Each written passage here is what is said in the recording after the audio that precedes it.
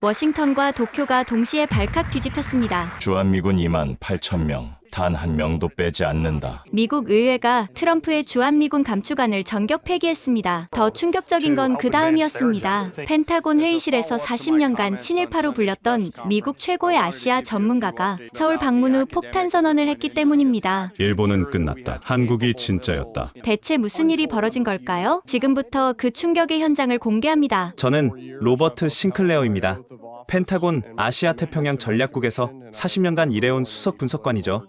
예일대에서 국제관계학 박사를 받고 줄곧 동아시아 안보를 연구해왔습니다. 제 분석은 미국의 아시아 정책을 좌우했고 역대 대통령들이 제 조언을 구했죠. 그날도 평범한 밤이었습니다. 아내 헬렌과 저녁을 먹고 서재에서 일본 방위백서를 읽다가 잠들었어요. 새벽 3시 17분 침실 전화가 미친 듯이 울렸습니다. 여보세요? 로버트 싱클레어인가? 백악관 상황실이었습니다. 지금 즉시 백악관으로 오셔야 합니다. 대통령께서 기다리고 계십니다. 무슨 일이죠? 전화로는 말씀드릴 수 없습니다.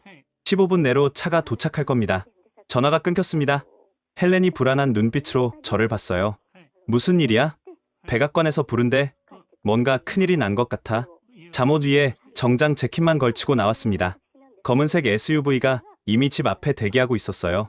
백악관까지 가는 동안 온갖 생각이 들었습니다. 북한이 핵실험을 했나? 중국이 대만을 공격했나? 상황실에 들어서자 이미 주요 인사들이 모여 있었습니다. 국방장관, 합참의장, CIA 국장, 그리고 대통령. 로버트, 안께. 대통령의 얼굴이 심각했습니다. 방금 베이징에서 연락이 왔네. 중국이 대만 해협에서 대규모 실탄 사격 훈련을 시작했어. 함정 80척, 전투기 200대가 동원됐다고 하더군. 순간 등골이 서늘해졌습니다. 실제 침공 가능성은요? CIA는 50%로 보고 있어. 문제는 우리 대응이야. 대통령이 테이블을 쳤습니다. 일본 총리에게 전화했더니 뭐라고 하는지 아나? 헌법 때문에 자위대를 움직일 수 없다는 거야. 국회 승인받는데 2주가 걸린다고. 그건 예상된 반응입니다. 대통령님, 예상됐다고? 그럼 우리가 아시아에서 믿을 수 있는 동맹이 누구란 말인가? 일본이 유일합니다. 그들은 미일안보 조약에 따라 조약? 종이 쪼가리 얘기하지 말고 지금 당장 움직일 수 있는 군대가 있냐고. 국방장관이 조심스럽게 입을 열었습니다. 대통령님, 한국이 있습니다. 한국. 대통령이 의외라는 표정을 지었습니다. 그래, 한국이 있었지. 로버트, 자네가 아시아 전문가 아닌가? 저는 주로 일본 전략을 연구했습니다만 한국도 어느 정도는 알고 있습니다. 어느 정도? 40년간 아시아를 연구했다면서? 사실 저는 한국의 중요성을 간과해왔습니다. 일본에 비해 작은 나라, 분단국가, 미국에 의존하는 국가, 그게 제가 가진 고정관념이었죠. 한국군의 현재 전력이 어느 정도지?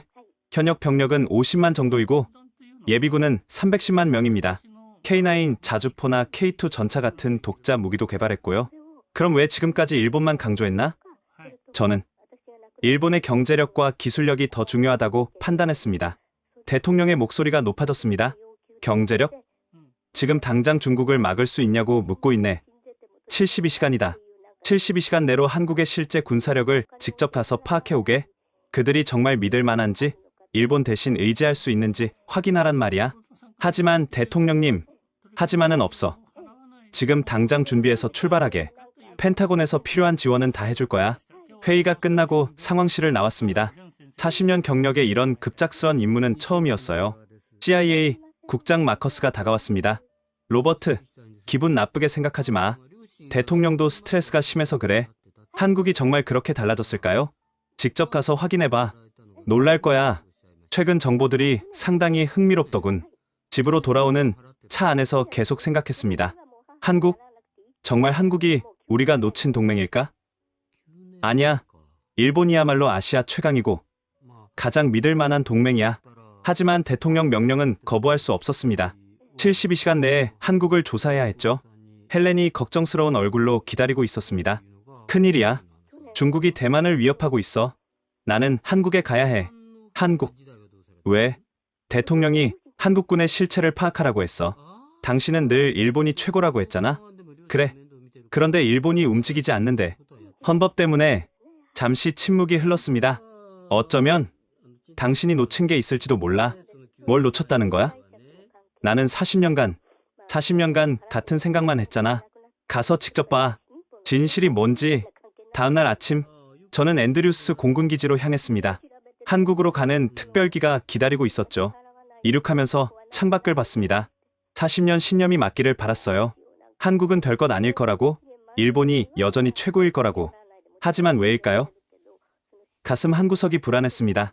한국으로 출발하기 직전 최신 정보 브리핑을 위해 잠시 펜타곤에 들렀습니다. 상황실에는 이미 분석관들이 모여 있었어요. 대형 스크린에는 아시아 지도가 떠 있었고 붉은 점들이 중국 함대의 위치를 표시하고 있었죠. 로버트, 여기 좀 봐요. 부하 직원 제시카가 저를 불렀습니다. 그녀는 신참이지만 뛰어난 분석가였어요. 뭔데? 방금 업데이트된 글로벌 파이어파워 순위예요. 한국이 5위, 일본이 8위입니다. 뭐라고? 다시 확인해봐. 제시카가 다른 모니터를 켰습니다.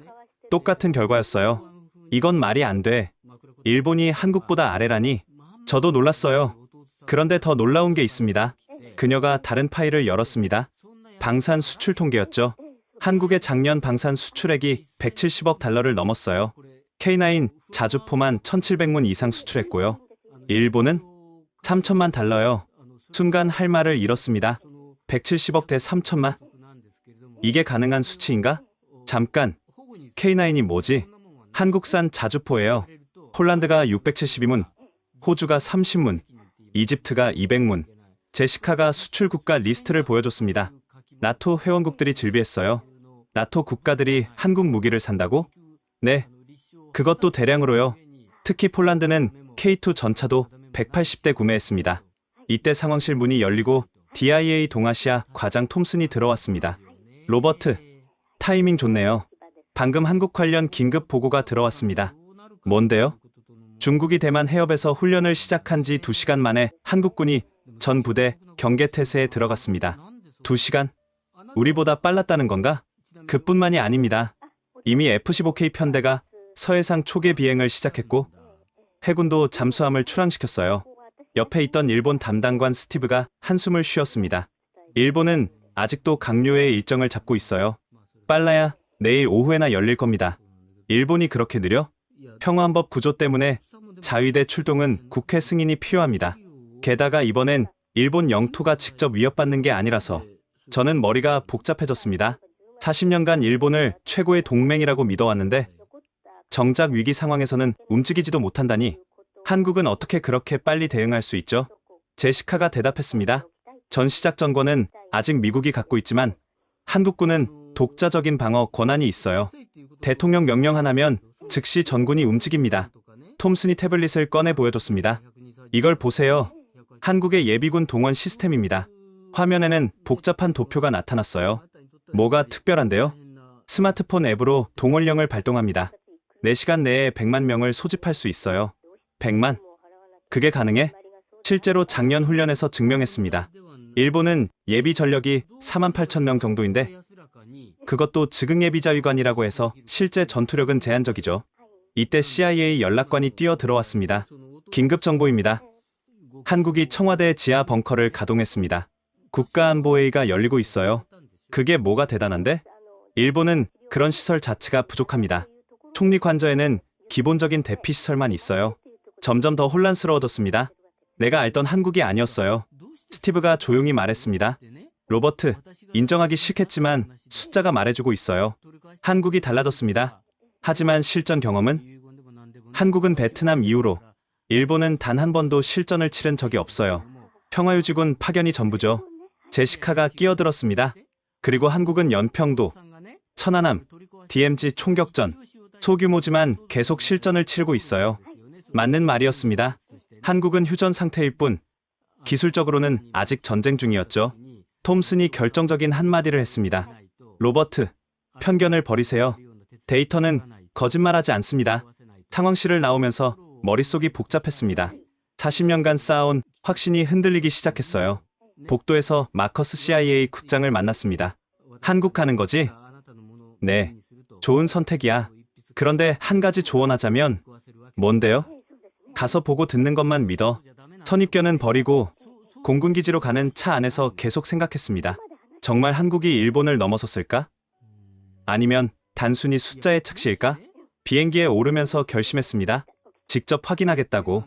내 눈으로 보고 내 귀로 듣겠다고. 하지만 왜일까요? 가슴 한구석에서는 이미 답을 알고 있는 것 같았습니다. 펜타곤을 나와 집으로 돌아왔습니다. 짐을 싸야 했죠. 서재에 들어가니 40년간 모아온 자료들이 빼곡했습니다. 일본 방위백서, 자위대 전력 분석, 미일동맹 연구서. 반면 한국 자료는 한 칸도 채우지 못했어요. 이게 문제였구나. 나도 모르게 중얼거렸습니다. 40년간 한쪽만 봤던 거죠. 헬렌이 커피를 가져왔습니다. 짐 싸는 거 도와줄까? 고마워. 그런데 뭘 가져가야 할지 모르겠어. 왜? 한국에 대해 아는 게 너무 없어서. 헬렌이 미소를 지었습니다. 그럼 빈 노트를 가져가. 새로 배우면 되잖아. 맞는 말이었습니다. 노트북을 켜고 한국 국방부에 이메일을 보냈습니다. 펜타곤 공식 서한과 함께 방문 요청을 했죠. 30분도 안 돼서 답장이 왔습니다. 싱클레어 박사님, 환영합니다. 원하시는 모든 시설을 보여드리겠습니다. 인천공항에 연락관이 마중 나가겠습니다. 의외로 적극적이었어요. 일본은 보통 이런 요청에 일주일은 걸렸는데 전화가 울렸습니다. 펜타곤 동료 마이클이었죠. 로버트, 한국 간다며? 응. 대통령 명령이야. 조심해. 내 평판이 걸린 일이야. 무슨 소리야? 친일파로 소문난 네가 갑자기 한국을 칭찬하면 사람들이 어떻게 생각하겠어? 일리 있는 말이었습니다. 워싱턴에서 저는 미스터 재팬으로 통했죠. 진실을 보고하는 게 내 일이야. 진실? 네가 보고 싶은 것만 보지 않기를 바라. 전화를 끊고 나니 기분이 언짢았습니다. 하지만 마이클 말도 일리가 있었어요. 나는 정말 객관적일 수 있을까? 아내가 말했습니다. 참, 제니가 전화했어. 한국 가면 케이팝 굿즈 좀 사다 달래. 제니가? 우리 조카가? 응. BTS 팬이래. 요즘 미국 젊은 애들 사이에서 난리야. BTS가 뭐니? 한국 아이돌이야. 전 세계적으로 유명해. 당신만 몰라. 또 하나 놓치고 있었군요. 한국 문화가 세계를 휩쓸고 있다는 것도. 짐을 다 싸고 공항으로 출발하기 전 오랜 친구인 브루킹스 연구소 톰 교수에게 전화했습니다. 톰, 나 한국 간다. 드디어? 늦었지만 잘했어. 무슨 소리야? 자네만 빼고 다들 알아. 한국이 달라졌다는 걸. 자네만 과거에 살고 있었지. 그렇게 심했나? 작년 우리 연구소 보고서 못 봤어? 한국이 중견국 넘어서 강대국 반열에 올랐다고 했잖아. 그건 경제 얘기 아닌가? 군사력도 마찬가지야. K-팝만 세계를 정복한 게 아니라고. 전화를 끊고 나니 더 궁금해졌습니다. 정말 내가 놓친 게 그렇게 많았을까? 앤드류스 공군기지에 도착했습니다. C-40 수송기가 대기 중이었죠. 조종사가 인사했습니다. 싱클레어 박사님, 14시간 걸립니다. 편히 쉬세요. 고맙습니다. 그런데 한국 자주 가시나요? 한 달에 두세 번은 가죠. 요즘 한미 군사협력이 부쩍 늘어서요. 일본은요? 일본은 글쎄요. 작년에 한 번 갔나? 또 의외의 정보였습니다. 비행기가 이륙했습니다. 창밖으로 워싱턴이 멀어져 갔어요. 14시간. 그 시간 동안 뭘 해야 할까 고민하다가 노트북을 열었습니다. 한국 관련 자료를 찾기 시작했죠. 국방백서, 방산 수출 통계, 한미동맹 현황. 읽으면 읽을수록 놀라웠습니다. 내가 아는 한국이 아니었어요. 특히 충격적인 건 예비군 숫자였습니다. 310만 명. 일본 자위대 전체 인원의 10배가 넘었죠. 이게 가능한가? 나도 모르게 중얼거렸습니다. 자료를 보다가 잠이 들었습니다. 꿈속에서도 숫자들이 머릿속을 맴돌았어요. 한국 5위, 일본 8위. 정말 세상이 바뀐 걸까? 아니면 내가 바뀌어야 하는 걸까? 14시간의 비행 끝에 인천공항에 도착했습니다. 첫인상부터 달랐어요. 공항이 마치 미래 도시 같았습니다. 자동화된 입국 심사, 완벽한 영어 안내, 그리고 놀라운 청결함. 입국장을 나오자 정장 차림의 젊은 장교가 기다리고 있었습니다. 싱클레어 박사님이시죠? 국방부 국제협력과 최성준 소령입니다. 악수를 나눴습니다. 그의 영어는 완벽했어요. 반갑습니다. 그런데 영어를 정말 잘하시네요. 미국 유학파가 많습니다. 저도 웨스트포인트를 졸업했어요. 놀랐습니다. 미 육사 출신이 한국군에 있다니. 공항을 나가는 길에 흥미로운 장면을 목격했습니다. 공항 전광판에 갑자기 빨간 글씨가 떴어요. 예비군 훈련, 통지 해당 지역 예비군은 즉시 부대로 집결하시기 바랍니다. 저게 뭡니까? 아, 정기훈련 공지입니다. 디지털로 통보하죠. 주변 사람들의 반응이 더 놀라웠습니다. 몇몇이 핸드폰을 확인하더니 태연하게 짐을 챙겼어요. 저 사람들이 예비군인가요? 네. 바로 훈련장으로 가는 겁니다. 항의하거나 불평하지 않네요. 최소령이 웃었습니다. 당연한 의무니까요. 우리는 아직 전쟁 중이잖아요. 맞습니다. 휴전 중일 뿐 전쟁이 끝난 게 아니었죠. 차를 타고 서울로 향하면서 더 많은 것을 봤습니다. 고속도로 휴게소에 예비군 집결 장소가 있었고 위장복 차림의 남자들이 모여 있었어요. 매주 이런가요? 주말마다 어디선가는 훈련이 있죠.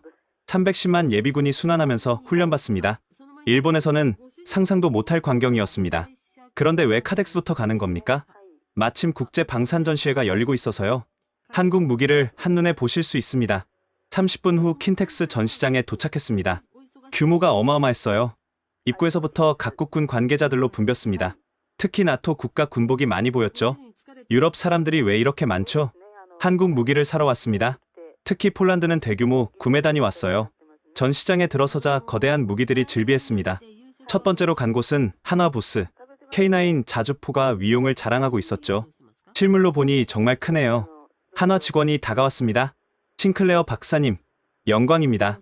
설명 도와드릴까요? 이게 정말 1700문이나 수출됐다고요? 네. 이번 달에도 추가 계약이 있을 예정입니다. 노르웨이가 관심을 보이고 있어요.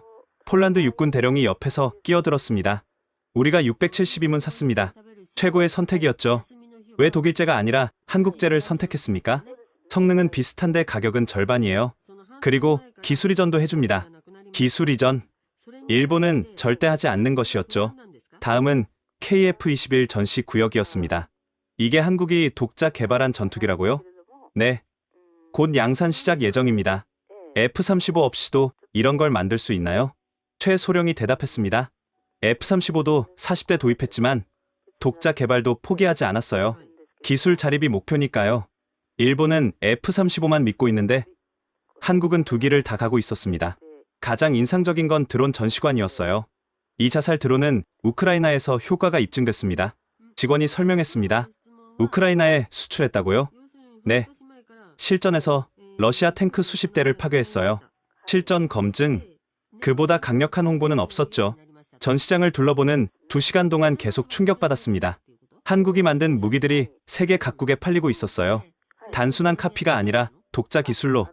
호텔로 가는 길에 최소령에게 물었습니다. 일본 자위대와 교류는 있나요? 거의 없습니다. 그들은 우리를 잘 만나려 하지 않아요. 왜죠? 글쎄요. 아마 불편한가 봅니다. 무엇이 불편할까? 곧 알게 될 것 같았습니다. 호텔에 짐을 풀면서 오늘 본 것들을 정리했습니다. 예비군 310만, 실시간 동원 시스템, 수출 1위 자주포, 독자 개발 전투기, 노트에 적다가 펜을 놓았습니다. 이게 내가 무시했던 나라라고? 창밖으로 서울의 야경이 보였습니다. 화려하고 역동적인 도시였어요. 내일은 더 깊은 곳을 볼 예정이었습니다. 과연 무엇이 기다리고 있을까? 다음날 아침, 다시 킨텍스 전시장으로 갔습니다. 오늘은 더 자세히 볼 계획이었죠. 한화부스에서 K9 자주포 실사격 시연이 있었습니다. 야외 시연장에 각국군 관계자들이 모였어요. 신사숙녀 여러분, K9 썬더의 위력을 보여드리겠습니다. 거대한 포신이 움직이기 시작했습니다. 목표물은 40km 떨어진 표적. 쿵! 포성이 울리고 10초 후 대형 스크린에 표적 명중 장면이 나타났습니다. 정확히 중앙을 맞췄어요. 분당 6발, 최대 사거리 52km, 명중률 95% 이상. 옆에 있던 호주 육군 준장이 감탄했습니다. 우리가 30문 더 주문한 이유가 이겁니다. 일본 99식 자주포는 어떻습니까? 제가 물었더니 준장이 어색하게 웃었습니다. 일본은 무기 수출에 제한이 있잖아요. 비교 자체가 불가능하죠. 맞습니다. 일본은 방위 장비 이전에 여전히 신중했죠. 이때 폴란드 국방차관이 다가왔습니다. 싱클레어 박사님이시죠? 반갑습니다. 폴란드가 K9을 많이 샀다고 들었습니다. 672문입니다. 유럽 최대 규모죠. 그리고 K2 전차도 180대 계약했어요. 왜 한국 무기를 선택했습니까? 독일이 더 가깝잖아요. 차관이 진지한 표정을 지었습니다. 우크라이나 전쟁을 보세요. 독일은 무기를 줄지 말지 6개월을 고민했어요. 한국은 우리가 요청하자마자 계약했습니다. 신속한 결정이 중요했다. 그뿐만이 아닙니다. 한국은 기술 이전과 현지 생산을 허락했어요. 독일은 절대 안 합니다. 일본도 마찬가지였죠. 기술은 절대 비밀. 다음은 현대로템 부스였습니다. K2 흑표 전차가 전시되어 있었어요. 이 전차의 특징이 뭡니까? 엔지니어가 열정적으로 설명했습니다. 자동장전장치로 승무원이 3명만 필요합니다. 그리고 이 현수장치 보세요. 전차가 앞뒤로 기울어졌다가 다시 수평을 잡았습니다. 지형에 관계없이 포신을 안정적으로 유지합니다. 산악이 많은 한국 지형에 최적화됐죠. 일본 10식 전차와 비교하면 스펙은 비슷할 겁니다. 하지만 우리는 실전 배치 중이고 수출도 합니다. 핵심은 그거였어요. 일본은 만들기만 하고 한국은 팔기도 한다.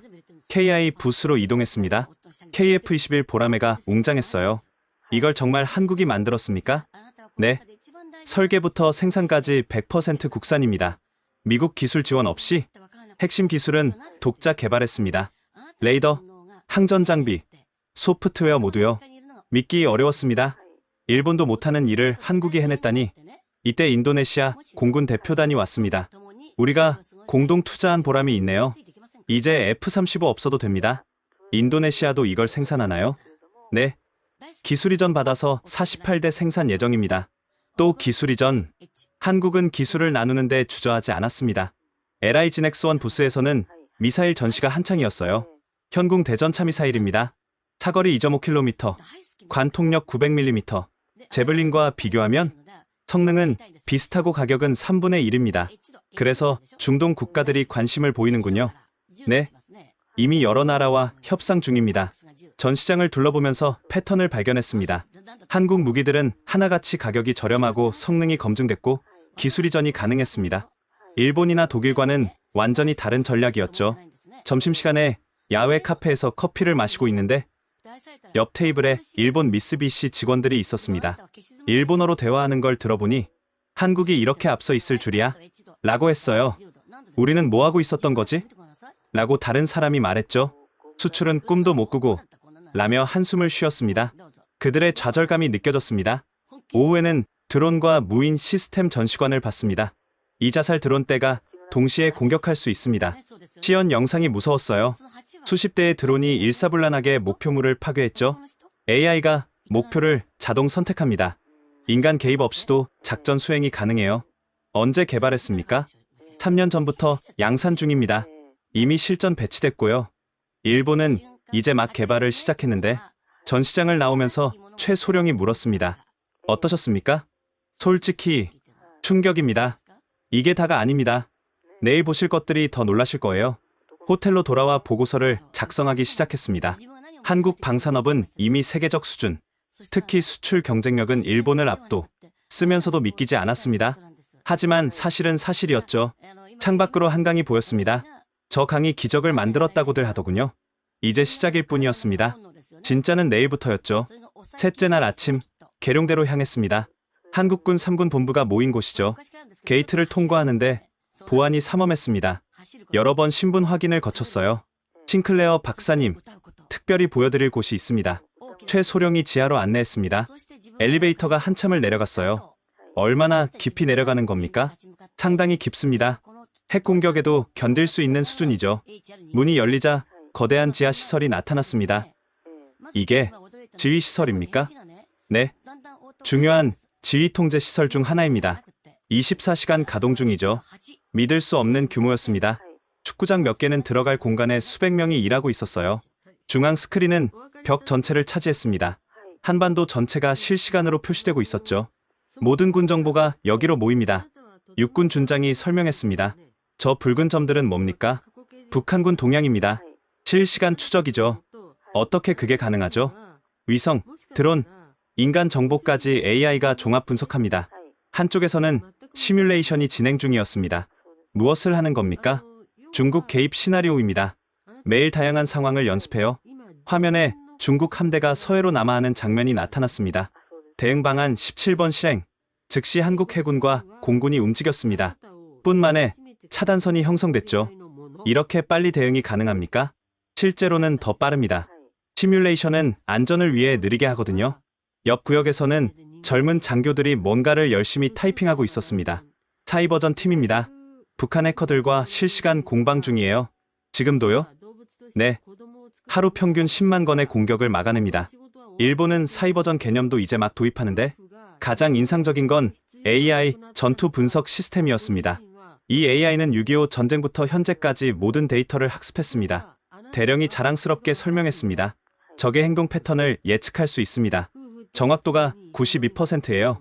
실제로 써본 적이 있습니까? 작년 북한이 미사일 발사했을 때 다음 발사 시점을 정확히 예측했죠. 이때 경보음이 울렸습니다. 실제 상황인가요? 훈련입니다. 하지만 실전처럼 대응하죠. 순식간에 분위기가 바뀌었습니다. 모든 인원이 자기 위치로 달려갔어요. 적 미사일 발사 징후 포착, 요격 시스템 가동, 예비군 동원령 준비, 5분 만에 모든 대응이 완료됐습니다. 놀랍습니다. 일본은 말을 잇지 못했습니다. 일본은 이런 시스템 자체가 없었으니까요. 벙커 한쪽에는 일본 연락장교가 있었습니다. 해상자위대 중령이었죠. 이런 시설이 부럽지 않습니까? 제가 일본어로 물었더니 씁쓸하게 웃었습니다. 부럽죠. 하지만 우리는 평화헌법이 있으니 라고 일본어로 답했습니다. 평화헌법이 이런 것도 막습니까? 국회에서 공격용이라고 하면 끝이에요. 방어도 제대로 못합니다. 라고 한숨을 쉬었죠. 점심은 벙커 내 식당에서 먹었습니다. 여기서도 충격을 받았어요. 매일 3,000명분을 준비합니다. 유사시엔 일주일을 버틸 수 있죠. 일본 자위대는 전투식량이 3일분도 없는데 식사하면서 한국 장교들과 대화를 나눴습니다. 미국과의 협력은 어떻습니까? 최고 수준이죠. 하지만 우리도 독자 능력을 키우고 있어요. 독자 능력이요? 전작권 전환 후를 대비해야죠. 미국이 영원히 지켜줄 순 없으니까요. 현실적인 사고였습니다. 일본은 여전히 미국만 믿고 있는데 오후에는 C4I 시스템을 받습니다. 전군이 하나의 네트워크로 연결됩니다. 병사 한 명 한 명까지요. 화면에 군인들의 위치가 실시간으로 표시됐습니다. 프라이버시 문제는 없습니까? 전시엔 프라이버시보다 생존이 중요합니다. 맞는 말이었습니다. 벙커를 나오면서 최소령이 말했습니다. 이제 진짜 군인들을 만나러 갑시다. 더 볼 게 있다고요? 네. 판문점으로 갑니다. 차를 타고 북쪽으로 향하면서 생각했습니다. 한국은 정말로 전쟁을 준비하고 있었어요. 말로만이 아니라 실제로. 그들에게 평화는 힘이 있을 때만 가능한 거였죠. 과연 판문점에서는 무엇을 보게 될까요? 판문점으로 가는 길은 긴장 그 자체였습니다. 검문소가 여러 개 있었고 갈수록 경계가 삼엄해졌죠. 곧 민간인 통제선을 넘습니다. 최소령이 말했습니다. 검문소에서 한국군 헌병이 신분증을 철저히 확인했습니다. M16 소총을 든 병사의 눈빛이 날카로웠어요. 실탄입니까? 네. 여기서부터는 모두 실탄입니다. 일본 자위대는 훈련 때도 실탄을 거의 쓰지 않는데 통일대교를 건너자 풍경이 완전히 바뀌었습니다. 철조망, 감시 초소, 대전차 장애물이 빼곡했죠. 저 콘크리트 구조물은 뭡니까? 대전차 장애물입니다. 유사시 폭파해서 다리를 끊죠. 진짜로요? 네. 서울을 지키려면 시간을 벌어야 하니까요. 캠프 보니파스에 도착했습니다. 유엔사 경비대대 본부였죠. 대대장 대령이 직접 브리핑했습니다. 판문점은 지구상에서 가장 중무장한 국경입니다. 양쪽에 100만 군대가 대치하고 있죠. 긴장감이 느껴집니다. 네. 하지만 우리는 익숙합니다. 70년째니까요. JSA로 이동했습니다. 파란 건물들이 보이기 시작했어요. 저기가 군사분계선입니다. 시멘트로 그어진 선 하나, 그 너머는 북한이었죠. 한국군 경비병들이 태권도 자세로 서 있었습니다. 선글라스를 낀 그들의 표정은 돌처럼 굳어 있었어요. 왜 저런 자세를 유지합니까? 심리전입니다. 상대를 압도하는 거죠. 북한군 초병도 보였습니다. 서로 몇 미터 거리에서 대치하고 있었어요. 교전 규칙은 어떻게 됩니까? 선제 대응권이 있습니다. 위협을 느끼면 즉시 사격할 수 있어요. 상부허가 없이도요? 네. 여기서는 병사 개인이 전쟁을 시작할 수 있습니다. 일본이었다면 20단계 결제를 거쳐야 할 텐데 회의실로 들어갔습니다. 정전협정이 조인된 바로 그 장소였죠. 이 테이블을 중심으로 군사분계선이 지나갑니다. 신기했습니다. 테이블 반은 한국, 반은 북한 영토였어요. 밖으로 나와 전망대에 올랐습니다. 북한 기정동 마을이 한눈에 보였죠. 저 큰 깃발은 뭡니까? 선전용입니다. 160m 깃대에 270kg 인공기예요. 바람에 찢어지지 않나요? 자주 교체합니다. 체면 때문에라도요. 그때 확성기 방송이 들렸습니다. 북한 쪽에서 나오는 선전 방송이었죠. 매일 듣습니까? 네. 이제는 배경음악 같아요. 한국군 병사들은 전혀 신경 쓰지 않는 눈치였습니다. GP로 이동했습니다. 최전방 감시 초소였죠. 여기서 북한군이 보입니까? 네. 육안으로도 보입니다. 망원경으로 보니 정말이었습니다. 북한군 초병이 우리를 보고 있었어요. 거리가 얼마나 됩니까? 700m입니다. 소총 사거리죠. 소대장 중위가 설명했습니다. 작년에 귀순자가 있었습니다. 저쪽에서 뛰어왔어요. 총격전이 있었나요? 네. 40발 정도 쐈습니다. 우리도 응사했고요. 그런 일이 자주 있습니까? 가끔요. 그래서 항상 준비하고 있어야 합니다. 초소 내부를 둘러봤습니다. 첨단 감시 장비가 가득했어요. 열화상 카메라로 24시간 감시합니다. 쥐 한 마리도 놓치지 않아요. 일본도 이런 장비가 있나요? 옆에 있던 일본 연락장교가 대답했습니다. 우리는 이런 상황 자체가 없으니까요. 맞습니다. 일본은 바다로 둘러싸여 있으니 이런 긴장감을 모르죠. 철책선 순찰로를 걸으면서 더 많은 것을 봤습니다. 이 센서들은 뭡니까? 진동 감지기입니다. 침투를 막기 위해서죠. 실제로 침투 시도가 있습니까? 드물지만 있습니다. 그래서 긴장을 놓을 수 없어요. 한국군 병사들의 표정에서 그 긴장감이 느껴졌습니다. 이들은 정말로 최전선에서 싸우고 있었어요. 돌아오는 길에 최소령이 물었습니다. 어떠셨습니까? 전쟁이 이렇게 가까이 있는 줄 몰랐습니다. 우리에겐 일상입니다. 그래서 더 강해야 하는 거죠. 서울로 돌아오면서 많은 생각을 했습니다. 일본은 전쟁을 역사책에서나 보는 과거로 여기지만 한국은 현재 진행형이었어요. 그 차이가 양국 군대의 차이를 만든 것 같았습니다. 내일은 특전사를 방문한다고 했습니다. 또 어떤 충격이 기다리고 있을까요? 새벽 3시 호텔 로비에서 최소령을 만났습니다. 이렇게 일찍 출발해야 하나요? 특전사는 주로 야간에 활동합니다. 진짜 모습을 보려면 이 시간이 맞아요. 1시간 후 특전사령부에 도착했습니다. 정문에서부터 분위기가 달랐어요. 해골 마크와 한 번 뽑히면 죽을 때까지라는 구호가 으스스했죠. 저 문구가 실제 모토입니까? 네. 특전사 정신을 보여주죠. 사령관 중장이 직접 맞아줬습니다. 싱클레어 박사님, 우리 훈련은 좀 거칠 겁니다. 괜찮으시겠어요? 물론입니다. 좋아요. 오늘은 707 특임대대 침투 훈련을 보여드리죠. 707 특임대대. 한국의 델타포스라고 들었습니다. 훈련장으로 이동하니 이미 대원들이 준비하고 있었어요. 새까만 복장에 야시 장비를 착용한 모습이 프레데터 같았습니다. 오늘 시나리오는 적진 20km 침투 후 주요 시설 파괴입니다. 작전 장교가 설명했습니다. 실제 상황을 가정한 겁니까? 네. 북한 핵시설 타격을 상정했습니다. 헬기 4대가 프로펠러를 돌리기 시작했습니다. 탑승하시죠. 박사님은 관찰 헬기에 타세요. 굉음과 함께 헬기가 이륙했습니다. 칠흑 같은 어둠 속을 날아갔죠. 왜 이렇게 낮게 납니까? 레이더 회피입니다. 실전처럼 하는 거죠.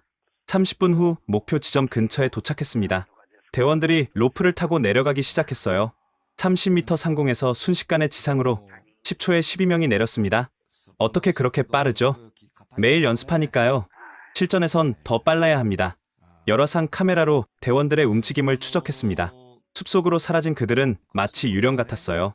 전혀 소리가 나지 않았습니다. 목표물까지 5km를 도보로 침투합니다. 1시간 후 목표 건물에 도착했습니다. 이제부터가 핵심입니다. 대원들이 건물을 포위하기 시작했어요. 저격수들이 위치를 잡고 돌격조가 대기했습니다. 공격 개시. 순식간에 일이 벌어졌습니다. 섬광탄이 터지고 문이 폭파되고 대원들이 돌입했어요. 총성이 울렸지만 실탄은 아니었습니다. 건물 제압 완료. 시간 2분 30초. 놀랍습니다. 정말 빠르네요.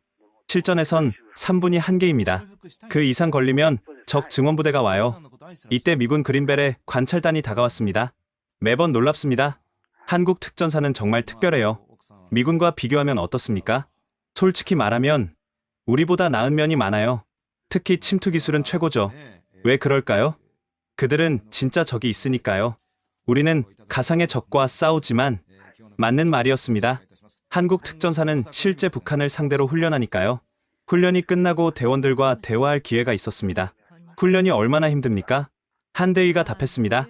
지옥훈련이라고 부릅니다. 일주일 동안 잠을 거의 안 재우거든요. 왜 그렇게까지 합니까? 실전은 더 힘들거든요. 훈련에서 죽는 게 전쟁에서 사는 길입니다. 또 다른 대원이 끼어들었습니다. 작년에 동료 하나가 훈련 중 다쳤어요. 그런데 끝까지 완주했죠. 그게 특전사 정신입니다. 일본 자위대와 교류가 있습니까? 대원들이 서로 눈치를 봤습니다. 몇 번 왔었는데 따라오지 못했어요. 왜요? 우리 기준이 너무 높대요. 7탄 사격도 거의 안 한다고 하더군요. 새벽 5시 사격장으로 이동했습니다. 야간 사격 훈련을 보여드리겠습니다. 칠흑 같은 어둠 속에서 표정만 희미하게 보였어요. 시작. 타타타탕. 야시장비를 착용한 대원들이 정확히 표적을 맞췄습니다. 10발 10중입니다. 어둠 속에서 어떻게 가능하죠? 매일 밤 연습합니다. 특전사는 밤이 주 무대니까요. 이어서 도시 전투 훈련장을 봤습니다. 실제 건물을 그대로 재현한 곳이었어요. 아파트, 은행, 학교까지. 왜 이런 시설이 필요합니까? 북한 도시를 점령할 때를 대비해야죠. 평양 시가전도 상정합니다. 대원들이 건물을 제압하는 모습은 예술이었습니다. 창문으로 뛰어들고 벽을 타고 오르고 순식간에 층을 제압했어요. CQB 근접 전투 기술입니다. 실내에서 싸우는 법이죠. 이런 것도 매일 합니까? 네. 하루도 빠지지 않아요. 아침 7시 특전사 식당에서 아침을 먹었습니다. 대원들과 함께 앉았는데 그들의 대화가 인상적이었어요. 어제 10km 기록깼어? 아니, 1분 모자랐어. 오늘 다시 도전이야. 장비 맨 채로? 당연하지. 실전에선 더 무거울 텐데. 이들에게는 극한이 일상이었습니다. 식사 후 사령관과 면담했습니다. 특전사의 강점이 뭐라고 생각하십니까? 정신력입니다. 기술은 배울 수 있지만 정신은 단련해야 하죠. 미군과 비교하면 장비는 그들이 낫죠. 하지만 근성은 우리가 위입니다. 왜 그럴까요? 사령관이 진지한 표정을 지었습니다. 우리는 질 수 없어요. 지면 나라가 없어지니까. 미국은 지면 철수하면 되지만 절박함의 차이였습니다. 일본은 어떻습니까? 그들은 너무 편안해 보였어요. 전쟁을 영화로만 아는 것 같더군요. 돌아오는 차 안에서 최소령이 물었습니다. 어떠셨어요? 무섭습니다. 이런 사람들과 싸워야 한다면 그래서 전쟁을 막는 겁니다. 우리가 강해야 적이 도발하지 않아요. 호텔로 돌아와 샤워를 하면서 생각했습니다. 한국군은 단순히 숫자만 많은 게 아니었어요. 그들은 진짜 전사들이었습니다. 70년간 전쟁을 준비하며 단련된 군대. 일본이 따라올 수 없는 이유를 알 것 같았습니다. 넷째 날은 주말이었습니다. 그런데 최소령이 특별한 걸 보여준다고 했어요. 오늘은 예비군 훈련을 참관하시죠. 주말에도 훈련을 합니까? 네. 직장인들은 주말에 받는 경우가 많아요. 서울 근교의 예비군 훈련장으로 갔습니다. 놀랍게도 수백 명이 이미 집결해 있었어요. 정장 차림부터 운동복까지 복장은 제각각이었지만 모두 군용조끼를 입고 있었죠. 몇 명이나 됩니까? 오늘은 500명 정도입니다. 이런 훈련장이 전국에 수천 개 있어요. 훈련장 입구에서 신기한 장면을 목격했습니다. 30대 남성이 스마트폰을 보여주며 출석 체크를 하고 있었어요. 디지털로 관리하는 겁니까? 네. 앱으로 통지받고 출석도 앱으로 합니다. 한 예비군에게 물어봤습니다. 훈련 통지는 언제 받았습니까? 일주일 전이요. 앱으로 날짜 선택도 할 수 있어요. 편리하네요. 네. 예전엔 우편으로 왔는데 지금은 완전 디지털이죠. 훈련이 시작됐습니다. 먼저 제식 훈련이었는데 놀랍게도 모두가 정확히 움직였어요. 다들 기억하고 있네요. 한국 남자는 이걸 평생 합니다. 몸이 기억하죠. 다음은 사격 훈련이었습니다. 7탄 사격도 합니까? 네. 1인당 20발씩 쏩니다. 일본이었다면 상상도 못할 일이었죠. 민간인에게 실탄을? 사격장에서 더 놀라운 걸 봤습니다. 40대로 보이는 회사원이 20발 중 18발을 10점에 맞췄어요. 사격을 잘하시네요. 군대에서 특등사수였어요. 20년이 지났는데도 몸이 기억하네요. 점심시간에 예비군들과 대화를 나눴습니다. 불편하지 않습니까? 주말에 나와서 한 명이 웃으며 답했습니다. 당연히 불편하죠. 하지만 필요한 일이에요. 왜 필요하다고 생각합니까? 전쟁 나면 저희가 이선입니다. 현역이 막는 동안 우리가 준비해야죠. 다른 사람이 끼어들었습니다. 우리 아버지도 예비군이었어요. 6.25 때 참전하셨죠. 그때 예비군이 없었다면 역사가 주는 교훈이었습니다. 오후에는 더 충격적인 걸 봤습니다. 동원령 발동 시뮬레이션을 보여드리겠습니다. 훈련 통제관이 스마트폰을 꺼냈어요. 실제 상황이라고 가정하고 지금 동원령을 발동합니다. 버튼을 누르자 단체로 알림음이 울렸습니다. 예비군들이 일제히 스마트폰을 확인했어요. 긴급 동원령 2시간 내 지정 장소 집결. 진짜 상황이면 어떻게 합니까? 한 예비군이 답했습니다. 집에서 장비 챙기고 바로 출발이죠. 가족한테 인사할 시간은 있어요. 몇 명이나 응할까요? 95% 이상 올 겁니다. 안 오면 처벌받거든요. 일본인 친구가 있는데 이 얘기하니까 안 믿더라고요. 다른 예비군이 말했습니다. 시민이 총을 쏘고 언제든 동원된다는 게 이상한가 봐요. 훈련 통제관이 추가 설명했습니다. 4시간 내 1차 동원 100만, 24시간 내 전체 310만 동원이 가능합니다. 물리적으로 가능합니까? 작년 을지훈련 때 실제로 해봤어요. 98%가 시간 내에 도착했습니다. 이때 50대 예비군이 다가왔습니다. 저는 83년부터 예비군입니다. 40년째죠. 40년이나요? 네. 이제 곧 끝나요. 그런데 아들이 이어받겠죠. 불공평하다고 생각 안 하십니까? 하지만 누군가는 해야 해요. 불공평하죠. 하지만 누군가는 해야 해요. 우리가 안 하면 누가 지킵니까? 훈련이 끝나고 해산하는 모습을 봤습니다. 가족이 마중 나온 사람, 친구들과 맥주 마시러 가는 사람. 그들에게는 이게 일상이었어요. 돌아오는 길에 최소령이 말했습니다. 이게 한국의 힘입니다. 전 국민이 군인인 나라. 일본은 왜 이렇게 못할까요? 그들은 전쟁을 끝난 과거로 봅니다. 우리는 아직 진행 중이고요. 호텔에 돌아와 창밖을 봤습니다. 거리의 남자들 대부분이 예비군이라는 사실이 새삼 놀라웠어요. 평범한 회사원, 택시기사, 편의점 알바생. 하지만 유사시엔 모두 군인이 되는 나라. 이런 나라와 전쟁한다면 상상하기도 싫었습니다. 내일은 해군 기지 방문이 예정되어 있었습니다. 바다에서는 또 어떤 모습을 보게 될까요? 5째 날 새벽 잠이 오지 않았습니다. 너무 많은 것을 봤고 머릿속이 복잡했어요. 40년간 믿어온 것들이 하나씩 무너지고 있었습니다. 호텔을 나와 한강으로 걸어갔습니다. 새벽 4시에 서울은 고요했죠. 한강 다리를 걸으며 생각에 잠겼습니다. 내가 뭘 놓치고 있었던 걸까? 일본은 평화를 선택했습니다. 전쟁 포기를 헌법에 명시했죠. 한국은 다른 길을 갔습니다. 평화를 지키기 위해 힘을 키웠어요. 누가 옳은 걸까요? 다리 중간쯤에서 누군가를 만났습니다. 군복 차림의 중년 남성이었어요. 이른 시간에 산책이십니까? 영어로 물어보니 유창하게 답했습니다. 네. 출근 전에 자주 옵니다. 외국분이시군요? 미국에서 왔습니다. 국방 관련 일로요. 아, 그러시군요. 저는 육군 예비역 대령입니다. 지금은 기업에서 일하지만 우연한 만남이었지만 대화를 나누고 싶었습니다. 한국군에 대해 여쭤봐도 될까요? 물론이죠. 뭐가 궁금하신가요? 왜 이렇게 강한 군대를 유지하는 겁니까? 그가 한강을 바라보며 말했습니다. 언제든 전쟁이 다시 시작될 수 있어요. 하지만 평화적인 방법도 있지 않을까요? 평화요? 물론 우리도 원합니다. 하지만 그가 잠시 말을 멈췄다가 이어갔습니다. 이 다리 아래 한강이 빨갛게 물들었던 때가 있었습니다. 1950년 겨울이었죠. 6.25 전쟁. 네. 제 할아버지가 여기서 싸우셨어요. 중공군 100만이 밀려왔을 때 그의 목소리에 감정이 묻어났습니다. 준비 안 된 평화가 얼마나 비참한지 우리는 압니다. 다시는 그런 일이 없어야죠. 일본은 다른 길을 선택했습니다. 알아요. 평화한 법이죠? 부럽기도 합니다. 부럽다고요? 네. 전쟁 걱정 없이 사는 거잖아요. 우리는 매일 전쟁을 생각하며 삽니다. 잠시 침묵이 흘렀습니다. 하지만 일본이 정말 안전한가요? 그의 질문이 날카로웠습니다. 무슨 뜻인가요? 힘이 없는 평화는 남의 선의에 기대는 거예요.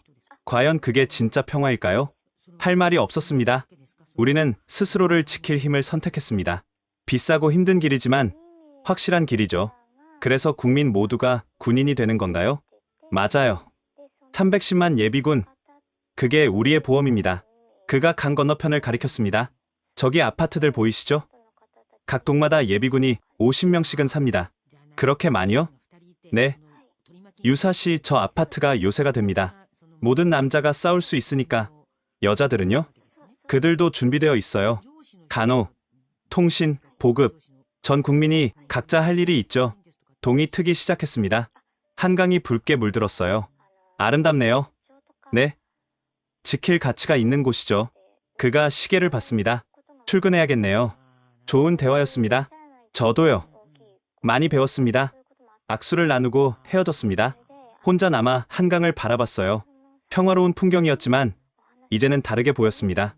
이 평화 뒤에 얼마나 많은 준비와 희생이 있는지 알게 됐으니까요. 일본은 평화를 선언했습니다. 전쟁을 포기한다고. 한국은 평화를 준비했습니다. 전쟁을 막기 위해 두 가지 선택, 두 가지 길. 하지만 현실은 명확했습니다. 중국이 위협할 때 일본은 움직이지 못했고 한국은 즉시 대응했죠. 내가 40년간 착각했구나. 드디어 인정했습니다. 진짜 강한 나라는 일본이 아니라 한국이었다는 걸. 평화를 지킬 힘이 있는 나라가 진짜 평화를 누린다는 걸. 호텔로 돌아가면서 결심했습니다. 보고서에 진실을 쓰겠다고. 펜타곤이 놀라겠지만 사실은 사실이니까요. 40년 만에 눈을 뜬 기분이었습니다. 한국은 우리가 놓친 동맹이었고 일본은 우리가 과대평가한 파트너였어요. 이제 미국도 선택해야 했습니다. 형식적 동맹이 아닌 실질적 동맹을, 종이 위의 평화가 아닌 힘 있는 평화를. 내일은 귀국입니다. 워싱턴에서 큰 파장이 일 거예요. 하지만 진실은 밝혀져야 했습니다. 한국의 진짜 모습을. 귀국 비행기 안에서 보고서를 작성했습니다. 제목을 고민하다가 결정했어요. 재평가된 동맹 한국 없이는 불가능하다. 14시간 내내 키보드를 두드렸습니다. 본 것, 들은 것, 느낀 것을 모두 담았죠. 주요 내용은 이랬습니다. 첫째, 한국은 아시아 최강의 재래식 전력 보유국이다. 현역 50만, 예비군 310만의 즉각 동원 가능 24시간 전투 준비 태세 유지, 실전 경험과 훈련 강도 아시아 최고. 둘째, 방산 수출 1위국으로 기술력 입증됐다. K9 자주포 1700문 이상 수출 나토 회원국들이 한국 무기 대량 구매 독자 기술 개발 능력 보유. 셋째, 일본과 달리 즉각 작전 수행이 가능하다. 법적 제약 없이 신속 대응, 선제 대응권 보유, 미국과 독립적 작전 수행 능력. 결론은 명확했습니다. 중국 위협에 대응할 실질적 동맹은 한국이다. 일본은 정치적 상징일 뿐 군사적 실효성은 제한적이다. 앤드류스 기지에 도착하자마자 펜타곤으로 직행했습니다. 부장이 기다리고 있었어요. 로버트, 어떻게 됐나? 보고서 준비했습니다. 하지만 내용이 충격적일 겁니다. 얼마나? 40년간 우리가 틀렸습니다. 부장의 표정이 굳었습니다. 긴급 회의가 소집됐어요. 국방부 주요 간부들이 모였죠. 보고서를 스크린에 띄우자 술렁거림이 일었습니다. 한국이 일본보다 위라고? 이게 말이 되나? 친일파인 동아시아 과장이 먼저 반발했습니다. 로버트, 자네 한국에 매수된 건 아닌가? 데이터를 보십시오. 숫자는 거짓말하지 않습니다. 화면에 비교표를 띄웠습니다. 한국 방산 수출 170억 달러, 일본 방산 수출 3천만 달러, 한국 예비군 310만, 일본 예비 전력 4만 8천, 한국 실전 대응 시간 2시간, 일본 국회 승인 2주. 이런 차이를 어떻게 설명하시겠습니까? 회의실이 조용해졌습니다. 국방차관이 입을 열었습니다. 시뮬레이션을 해보자. 대만 위기 시나리오로 30분 후 결과가 나왔습니다. 한국 참전 시 72시간, 내 중국 억제 성공, 일본만 의존 시 2주, 내 대만 한락. 이럴 수가. 모두가 충격에 빠졌습니다. 일본은 왜 이렇게 된 거지? 제가 대답했습니다. 평화헌법의 족쇄입니다. 그리고 실전 경험 부재, 관료주의적 의사결정. 한국은 70년간 전쟁 준비를 멈춘 적이 없습니다. 그게 차이를 만들었죠. 친일파들이 계속 반발했습니다. 하지만 일본은 경제 대국이고 전쟁은 GDP로 하는 게 아닙니다. 의지와 준비로 하는 거죠. 국방장관이 결론을 내렸습니다. 백악관에 보고하겠다. 대통령이 결정하실 일이다. 회의가 끝나고 복도에서 마커스를 만났습니다. 잘했어, 로버트. 드디어 진실을 말했군. 40년 걸렸습니다. 늦었지만 다행이야. 한국을 재발견한 거니까. 집으로 돌아가는 길에 조카 제니에게서 전화가 왔습니다. 삼촌, K-팝 굿즈는? 아, 깜빡했다. 역시. 그래도 괜찮아요. 삼촌이 뭔가 중요한 일을 하신 것 같은데. 어떻게 알았니? 목소리가 달라요. 뭔가 큰 걸 발견한 사람 목소리. 맞았습니다. 나는 발견했어요. 40년간 놓쳤던 진실을, 진짜 동맹이 누구인지를. 내일 백악관 회의가 있습니다. 대통령이 어떤 결정을 내릴지. 하지만 이미 답은 정해진 것 같았습니다. 다음날 아침, 백악관 상황실. 대통령을 포함한 안보 수뇌부가 모였습니다. 싱클레어, 보고서 잘 봤네. 충격적이더군. 대통령이 먼저 말을 꺼냈습니다. 사실을 그대로 보고했습니다. 40년간 일본을 최고로 알았던 자네가 이런 결론을 내다니. 저도 충격이었습니다. 하지만 현실은 현실입니다. 대통령이 국방장관을 받습니다. 펜타곤 의견은? 싱클레어의 분석이 맞습니다. 시뮬레이션도 같은 결과를 보여줍니다. 그럼 우리가 40년간 잘못된 말을 탄 거군. 국무장관이 끼어들었습니다. 하지만 일본과의 관계는 어떻게 합니까? 70년 동맹인데 동맹은 유지하되 우선순위를 바꿔야 합니다. 제가 제안했습니다. 한국을 핵심 파트너로, 일본은 보조 파트너로, 구체적으로 한국의 전략 무기 추가 배치, 연합훈련 확대, 방산협력 강화. 일본이 반발할 텐데 어쩔 수 없습니다. 감정보다 실리를 택해야죠. 대통령이 잠시 생각하더니 결정을 내렸습니다. 좋아. 새로운 아시아 전략을 수립하라. 한국 중심으로 명령대로 하겠습니다. 그리고 싱클레어. 네. 대통령님, 잘했네. 늦었지만 진실을 찾아줘서. 회의가 끝나고 상황실을 나왔습니다. 복도에서 일본 담당관 스티브를 만났어요. 로버트, 정말 이래도 되는 거야? 일본이 우리의 오랜 친구인데 친구와 동맹은 달라. 위기 때 함께 싸울 수 있는 게 진짜 동맹이지. 한 달이 지났습니다. 많은 것이 바뀌었어요. 한미연합훈련이 대폭 확대됐고 한국에 추가 전력이 배치됐습니다. 한국 방산 업체들과 미국의 협력도 강화됐죠. 반면 일본 언론들은 난리가 났습니다. 미국이 한국을 선택했다. 일본의 지위가 흔들린다. 우리는 왜 한국이 될 수 없나? 특히 마지막 질문이 일본 사회를 뒤흔들었어요. 은퇴를 앞두고 마지막 한국 방문을 했습니다. 이번엔 관광이었죠. 남산타워에서 서울을 내려다봤습니다. 옆에 한국인 노부부가 있었어요. 전쟁 때는 다 폐허였는데 할아버지가 말했습니다. 이제는 이렇게 번화하네요. 할머니가 대답했습니다. 그래도 안심하면 안 돼. 늘 준비해야지. 맞아. 그래서 우리 손자도 군대 가는 거고 평화롭지만 긴장을 놓지 않는 나라. 그게 한국이었습니다. 호텔에서 회고록을 마무리했습니다. 제목은 늦은 깨달음, 진짜 동맹을 찾아서. 마지막 문장을 이렇게 썼어요.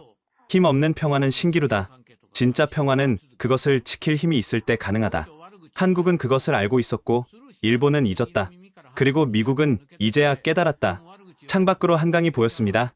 저 강이 흐르는 한, 이 나라는 계속 강해질 것 같았어요. 평화를 지키기 위해, 자유를 지키기 위해, 스스로를 지킬 줄 아는 나라. 그게 진짜 동맹이었습니다. 지금까지 40년 경력의 미국 국방 전문가가 한국에서 깨달은 충격적인 진실에 대한 이야기였습니다. 평생 일본만이 최고의 동맹이라 믿었던 그가 단 72시간 만에 완전히 다른 결론에 도달했죠. 여러분은 어떻게 들으셨나요?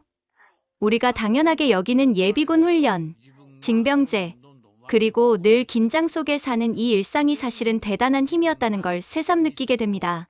이 이야기가 인상 깊으셨다면 좋아요와 구독 부탁드립니다. 특히 이 영상을 널리 공유해주세요. 세계가 인정한 대한민국의 저력을 더 많은 사람들이 알 수 있도록 말이죠. 다음에도 더 놀라운 이야기로 찾아뵙겠습니다. 지금까지 감동편지함이었습니다. 감사합니다.